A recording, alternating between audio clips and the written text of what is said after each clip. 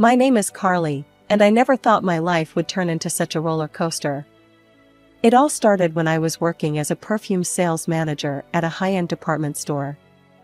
One day, a tall, handsome guy walked into the store. He looked nervous, fidgeting with his phone as he approached the counter. "Hi," he said, his voice a bit shaky. "I need help choosing a perfume for my mom." I couldn't help but find his concern for his mother endearing. "Don't worry," I reassured him. "We'll find something perfect. Let's start with some popular choices." As we sampled different fragrances, I learned his name was Michael. He was 28, worked for his family's construction company, and lived nearby. We chatted easily, and I found myself drawn to his warm brown eyes and shy smile. After nearly an hour, we finally settled on an elegant floral scent. As I wrapped up the bottle, Michael hesitated. Carly? Would you like to grab coffee sometime?" My heart skipped a beat. "I'd love to," I replied, trying to keep my voice steady. That coffee date turned into dinner, which led to more dates. Michael was sweet, attentive, and made me laugh. We shared similar interests in movies, hiking, and trying new restaurants. Before I knew it, we were officially a couple. Everything was perfect until the day I met his mother, Evelyn. Michael had warned me she could be a bit intense, but nothing prepared me for the reality. We arrived at a fancy restaurant for a family dinner. Evelyn sat at the head of the table, her sharp eyes scrutinizing me as we approached. She was impeccably dressed, her graying hair styled in a severe bun. "So, this is the girl you've been seeing," she said, her tone cold. She barely acknowledged my extended hand, giving it a limp shake. Michael's father, Robert, seemed nice enough, offering a warm smile. His older brother, Thomas, gave a curt nod. As we sat down, Evelyn launched into an interrogation. "Where did you say you work, Carly?" "I'm a perfume sales manager at..." She cut me off. "Retail, how quaint. And your family? What do your parents do?" I tried to keep my voice steady. "My dad's a high school teacher, and my mom..." "A teacher?" Evelyn's eyebrows shot up. "Well, I suppose someone has to do it." The dinner continued in this vein, with Evelyn making thinly veiled insults and dismissive comments. Michael squeezed my hand under the table, but said nothing to defend me. As we left the restaurant, Evelyn pulled me aside. "Listen carefully, Carly," she hissed. "I run this family. I decide what's best for my sons. If you want a future with Michael, you'll need to prove your worth." I was too shocked to respond. When Michael proposed, I was over the moon. But my joy was short-lived. Evelyn immediately took over the wedding planning, dictating everything from the venue to the guest list. I tried to stand up for myself. "Actually, I had some ideas." "Ideas are nice, dear," Evelyn cut in, "but let's leave this to the professionals, shall we?" Michael gave me a pleading look. "Just go along with it," he whispered. "It's easier this way." And so, I watched as my dream wedding transformed into Evelyn's spectacle. I told myself it was just one day, that things would be different once we were married and living on our own. The first few months of marriage were a whirlwind. Michael and I moved into a small apartment, and I reveled in the joy of setting up our own space. But even as we unpacked boxes and arranged furniture, Evelyn's presence loomed large. She'd drop by unannounced, often when Michael was at work. "Just checking in," she'd say, her eyes scanning our home critically. "Oh dear, is this how you've arranged the living room? Let me show you a better way." I'd grit my teeth and smile, reminding myself that she was just trying to help. But her help felt more like an invasion. One evening, as Michael and I were having dinner, my phone rang. It was my boss, offering me a promotion to senior sales manager. I was thrilled. It was the opportunity I'd been working towards for years. The next evening, we sat around Evelyn's dining table. The tension was palpable as she served a roast that looked perfect, but tasted like cardboard in my mouth. "Carly," Evelyn began, her tone sickly sweet. "Michael tells me you've been offered a promotion." How nice. I nodded, trying to keep my voice steady. Yes, I'm very excited about it. Evelyn's smile tightened. Well, dear, I think it's time we discussed your future. Your real future. We need someone in sales, and with your experience, you'd be perfect. I took a deep breath. Evelyn, I appreciate the offer, but I'm happy in my current job. I don't want to leave it. The temperature in the room seemed to drop 10 degrees. Evelyn's eyes narrowed. I see. So, you don't consider yourself part of this family then? I felt my temper rising. With all due respect, Evelyn, you don't get to decide what's best for my marriage or my career. Evelyn stood up abruptly, her chair scraping against the floor. I think you need to reconsider your priorities, young lady. Michael, talk some sense into your wife. As she stormed out of the room, I turned to Michael, expecting support. Instead, he looked torn. Carly, maybe we should think about this. Mom knows what she's doing. The drive home was silent, filled with unspoken words and growing resentment. As I lay in bed that night, staring at the ceiling, I realized that my battle wasn't just with Evelyn. It was with the entire dynamic of this family I had married into. The tension in our home grew thicker with each passing day. One Sunday afternoon, we were all gathered at Evelyn's for a barbecue. I was in the kitchen, helping to prepare salads, when Evelyn's voice carried from the patio. It's such a shame, she was saying loudly. I remember Thomas's ex-wife. She was just as ungrateful as Carly. But I showed her the door. I kicked her out of this family myself. I felt my cheeks burn. Thomas, Michael's older brother, shifted uncomfortably. Mom, please, he muttered. But Evelyn was on a roll. I'm just saying, a woman should know her place. Isn't that right, Robert? Robert, Michael's father, just grunted noncommittally. I'd noticed he rarely spoke up against his wife. I couldn't take it anymore. I marched out to the patio, salad bowl in hand. Evelyn, I said, my voice shaking slightly. If you have something to say to me, why don't you say it to my face? The backyard fell silent. Evelyn's eyes narrowed. Fine. You want to know what I think? I think you're not good enough for this family. You're stubborn, you're disrespectful, and you're pulling Michael away from his responsibilities. I felt like I'd been slapped. Responsibilities? You mean being your puppet? Carly, Michael pleaded. Please, let's not do this here. I whirled on him. And you? When are you going to stand up to her?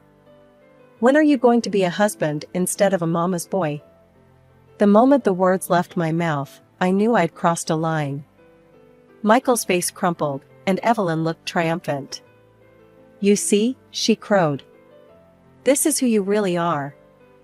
A spiteful, ungrateful girl who doesn't appreciate what she has. I felt tears pricking at my eyes.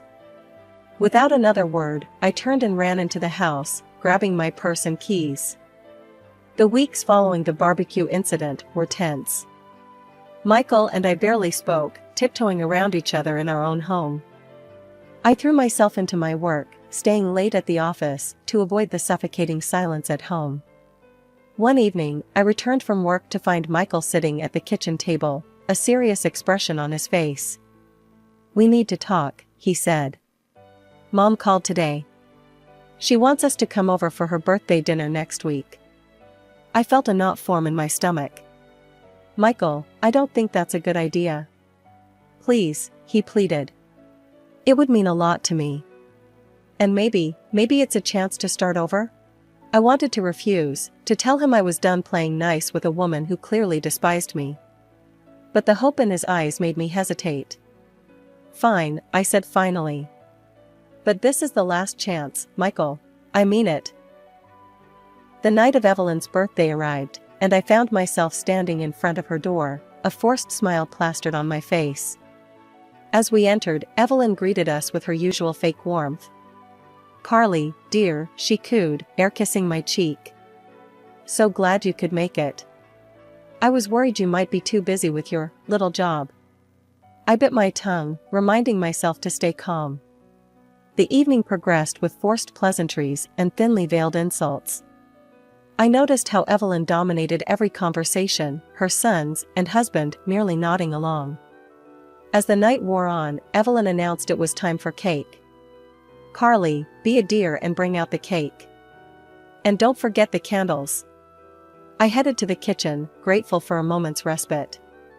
I carefully placed the candles on the cake, counting under my breath to make sure I had the right number. Back in the dining room, I set the cake down in front of Evelyn. Her eyes narrowed as she counted the candles. "Carly," she said, her voice dangerously sweet. "There's one extra candle here. Can't you even do a simple task correctly? Or perhaps you're trying to insinuate something about my age?" "No, of course not, Enough," Evelyn snapped. She began plucking out the candles one by one. "Since you've clearly ruined the design, you might as well see the mess you've made. Come closer, dear. Take a good look." Hesitantly, I leaned in. Suddenly, I felt a hand on the back of my head, pushing me down. Before I could react, my face was shoved into the cake. I gasped, struggling to breathe as frosting filled my nose and mouth. After what felt like an eternity, Evelyn released me. I straightened up, sputtering and wiping cake from my eyes. The room was silent, save for Evelyn's cruel laughter. "Oh dear," she chuckled.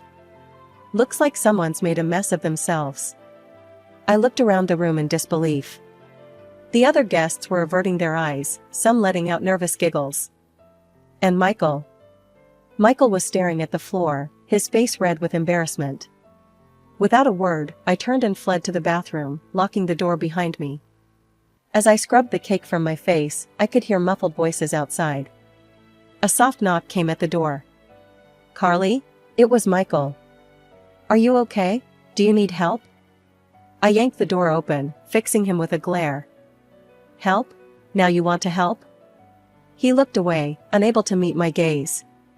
"Mom can be a bit eccentric sometimes. We just need to." "Eccentric?" I hissed. "Michael," she assaulted me. "And you just stood there." Without another word, I pushed past him, grabbed my purse, and headed for the door. I drove home in a daze, my mind reeling from what had just happened.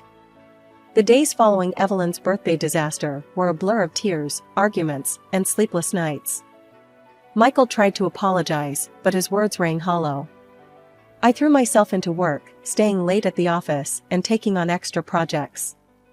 But even at work, I couldn't escape Evelyn's influence. One afternoon, as I was assisting a customer, I heard a familiar voice that made my blood run cold. "Excuse me, I'd like to speak to a manager." I turned to see Evelyn standing there, a malicious glint in her eye. My colleague, unaware of who she was, directed her to me. "I'm the senior sales manager. How can I help you?" I asked, trying to keep my voice steady. Evelyn's lips curled into a cruel smile. "I have a complaint about the perfume I purchased here last week. The problem is that this perfume smells like cheap chemicals. And when I tried to return it, your staff was incredibly rude to me." I knew she was lying. We had a strict quality control process, and our return policy was more than fair. But before I could respond, she continued her tirade. "This is unacceptable. I demand to speak to your superior immediately." My manager, alerted by the commotion, hurried over. "What seems to be the problem here?" Evelyn launched into her fabricated story, painting me as an incompetent manager who had personally sold her a defective product and then refused to help. I tried to interject, to explain the situation, but my manager held up a hand to silence me. "I'm very sorry for your experience, ma'am. Please, come with me to my office. We'll sort this out immediately." As they walked away, Evelyn shot me a triumphant look over her shoulder. I stood there, humiliated and angry, as my colleagues whispered around me. An hour later, my manager called me into his office. His expression was grim. "Carly, I've received multiple complaints about your performance recently. And after today's incident, I'm afraid we're going to have to let you go. I felt like the floor had dropped out from under me. What? But those complaints, they're not real. It's my mother-in-law, she's trying to. He held up a hand. Carly, please. I understand you're going through some personal issues, but we can't have them affecting your work like this. I'm sorry, but my decision is final. I left the office in a daze, my personal belongings in a small box. I drove home, tears blurring my vision. When I arrived, Michael was waiting, his face etched with concern. Carly, what happened? Mom said. Your mother, I spat, just cost me my job. I recounted the events of the day, my voice rising with each word. And you want to know the worst part? She used our phone number to file those fake complaints. Our phone number, Michael. The one you gave her without even asking me. I locked myself in our bedroom, ignoring his pleas from the other side of the door. As I lay there, staring at the ceiling, I realized I was at a crossroads. I couldn't keep living like this, constantly under attack from Evelyn and unsupported by my own husband. The weeks following my job loss were some of the darkest I'd ever experienced. One evening, as I sat at our kitchen table, surrounded by job listings and unanswered applications, my phone buzzed. It was a text from an unknown number. I hear you're looking for work.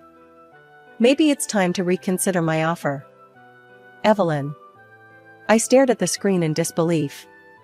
How had she gotten my new number? I'd changed it specifically to avoid her. As if on cue, Michael walked in. I held up my phone. Did you give your mother my new number? His hesitation was all the answer I needed. Look, maybe we should consider her offer. It's for us. For our future. I stood up abruptly, my chair scraping against the floor. Our future? Michael, there won't be a future if this keeps up. If something doesn't change, and soon, I don't know if I can stay in this marriage. The silence that followed was deafening. Michael looked stunned, as if he couldn't quite process what I'd said. Finally, he spoke, his voice barely above a whisper. I'll talk to her. I promise. Just, give me some time. I wanted to believe him, but I'd heard similar promises before. Still, what choice did I have? I nodded, not trusting myself to speak. The next day, I decided to take matters into my own hands. I couldn't wait for Michael to stand up to his mother. I needed to find a job, to regain some semblance of independence. I reached out to an old colleague who had started her own online perfume business. She was sympathetic to my situation and offered me a position as an online consultant. The pay wasn't great, but it was something, a lifeline in the storm. But Evelyn wasn't done with me yet. As Christmas approached, the annual family gathering loomed on the horizon. I dreaded it, knowing it would be another opportunity for Evelyn to belittle and humiliate me. The night before the gathering, Michael and I had another argument. He wanted me to make more of an effort with his mother, to try to understand her perspective. I couldn't believe what I was hearing. Her perspective? I sputtered. Michael, her perspective is that I'm not good enough for this family, that I should quit my job and become her puppet. How am I supposed to understand that? He looked away, unable to meet my eyes. She's just set in her ways. If we could just... No, I cut him off. I'm done trying. If you won't stand up for me, for us, then I'll have to do it myself. As I lay in bed that night, staring at the ceiling, I made a decision. Tomorrow, at the Christmas gathering, I would confront Evelyn once and for all. I was tired of being a victim, of letting her control my life. Christmas morning arrived, and with it, a sense of foreboding. We arrived to find Evelyn's house already bustling with activity. As we moved into the living room, I could feel Evelyn's eyes on me, assessing and judging. The rest of the family was already there, Robert, Thomas, and various aunts, uncles, and cousins. The afternoon progressed with forced pleasantries and thinly veiled insults. Evelyn, as usual, held court, dominating every conversation. I noticed how she kept bringing up the topic of children, her eyes darting to me each time. Finally, during dinner, she addressed me directly. "Carly, dear," she said, her voice dripping with false concern, "I couldn't help but notice you're not drinking. Any special reason?" I felt my cheeks flush as all eyes turned to me. "No, Evelyn. I'm just not in the mood for alcohol." Her eyes narrowed. Well, I do hope you're not having difficulties in that area. It's just, well, you're not getting any younger. And with your career struggles, I thought perhaps you'd be focusing on more important matters by now." I stood up abruptly, my chair scraping against the floor. "More important matters? You mean like being a submissive wife who gives up her dreams to please her mother-in-law?" Gasps echoed around the table. Evelyn's face contorted with rage. "How dare you speak to me like that in my own home?" "No, Evelyn," I shot back. "How dare you treat me like this? I am your son's wife, not your punching bag. I've had enough of your manipulation and your cruelty." I turned to leave, but as I passed Evelyn, everything seemed to happen in slow motion. Evelyn made a sudden movement, knocking over her mug of hot tea. The scalding liquid splashed directly onto me. I screamed in pain as the hot tea soaked through my clothes. Evelyn, however, seemed unfazed by what she had done. She grabbed my arm, pulling me close. "Listen here, you little brat," she hissed, her voice low and menacing. "You will obey me. You will do as I say. Or I will destroy you." Through the haze of pain, I looked around the room, desperate for help. But everyone, including Michael, seemed frozen in shock. Finally Michael stood up, his face pale. I need some air," he mumbled, before fleeing the room. In that moment, something inside me broke. Without another word, I wrenched my arm free and ran out of the house, ignoring the chaos erupting behind me. I drove to the nearest hospital, my skin still burning from the tea. As the doctors treated my burns, which thankfully weren't severe, I felt a strange sense of calm wash over me. When I finally returned home, the apartment was empty. I packed a bag with essentials, wrote a brief note explaining that I needed time away, and left. I woke up in the dingy motel room, my skin still tender from the burns. As I was contemplating my next move, my phone rang. I hesitated, half expecting it to be Michael or worse, Evelyn. To my surprise, it was my father-in-law, Robert. "Carly?" His voice sounded strained. "Can we meet? It's important." Curiosity got the better of me. "Okay," I said, giving him the motel address. An hour later, there was a knock at my door. I opened it to find Robert standing there, looking more disheveled than I'd ever seen him. His eyes were red-rimmed, and he seemed to have aged overnight. "Robert, what's going on?" I asked, gesturing for him to sit down. "Carly, I'm so sorry," he blurted out as soon as I let him in. "There's something you need to know about the company, about Evelyn." He paused, his hands shaking slightly. "The company, it used to belong to my parents. Evelyn, she tricked my father when he was sick. Made him sign everything over to her, made herself the executive director." I felt my jaw drop. "What? But how? Why didn't you say anything?" Robert's eyes filled with tears. "I was a coward. I'd been collecting evidence for years, but I was too afraid to do anything with it." He reached into his jacket and pulled out a thick folder. "But I can't stay silent anymore. Not after what happened yesterday. I need your help, Carly." With trembling hands, I opened the folder and began to read. What I found inside made my blood run cold. Evelyn had been hiding income for years, evading taxes on a massive scale. She'd been hiring undocumented workers, paying them a fraction of what they deserved and forcing them to work in appalling conditions. These workers, afraid of deportation, never complained about their treatment.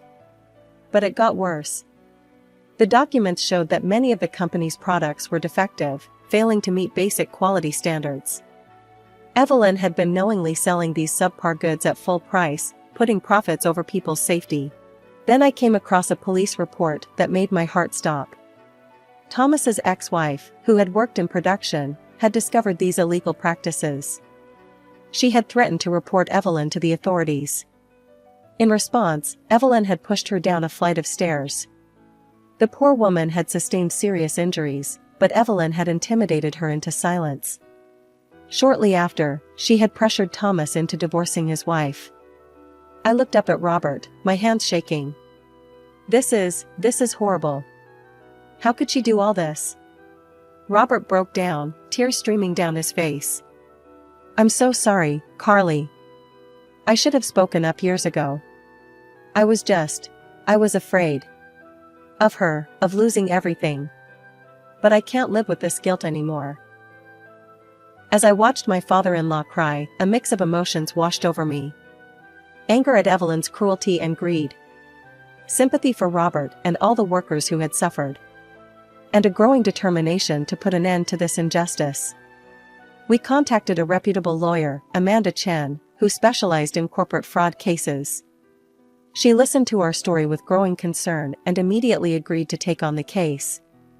It was a Tuesday afternoon when all hell broke loose. My phone exploded with notifications, missed calls, text messages, and voicemails, all from Evelyn. I steeled myself and listened to one of the voicemails. You ungrateful little witch. Evelyn's voice screeched through the speaker. How dare you turn my husband against me? I'll ruin you for this, do you hear me? I'll destroy you. The barrage continued relentlessly. Evelyn called every few minutes, alternating between threats and attempts at manipulation. When I blocked her number, she started using other people's phones. But it didn't stop there. Evelyn launched a full-scale character assassination campaign against me. She contacted friends, family, and even my former co-workers, spinning a tale of how I had seduced Robert and turned him against her. The biggest blow came when Michael sided with his mother. He showed up at my new rented apartment, his face a mask of anger and betrayal. How could you do this to us? He demanded. To my mother?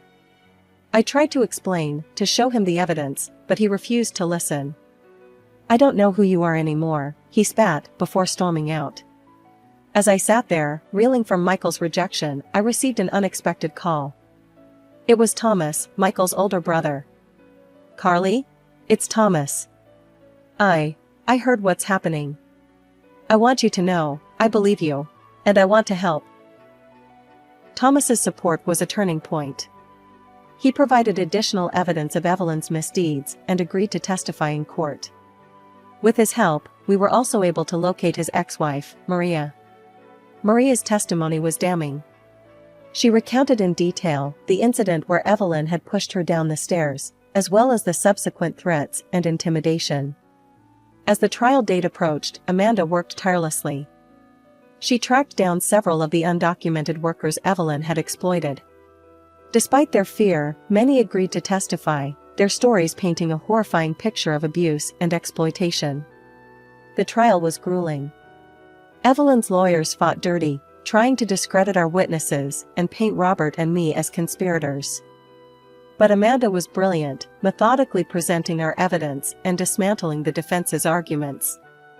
The turning point came when Amanda presented the evidence of how Evelyn had manipulated Robert's father into signing over the company. The judge listened intently as Amanda argued for the annulment of the will. After what felt like an eternity, the judge made her ruling. The will was annulled, and ownership of the company was returned to Robert. Furthermore, the judge ordered a full investigation into the company's practices and Evelyn's personal finances. As the gavel fell, I felt a wave of relief wash over me. Robert broke down in tears beside me, while Evelyn's shrieks of outrage echoed through the courtroom. The aftermath of the trial brought sweeping changes to everyone involved. As soon as Robert took control of the company, Michael, true to his mother's influence, resigned from his position. He cut off all communication with his father, unable to forgive what he saw as a betrayal of his mother. Robert found unexpected support in Thomas. The father and eldest son, both having experienced Evelyn's manipulation firsthand, formed a strong partnership.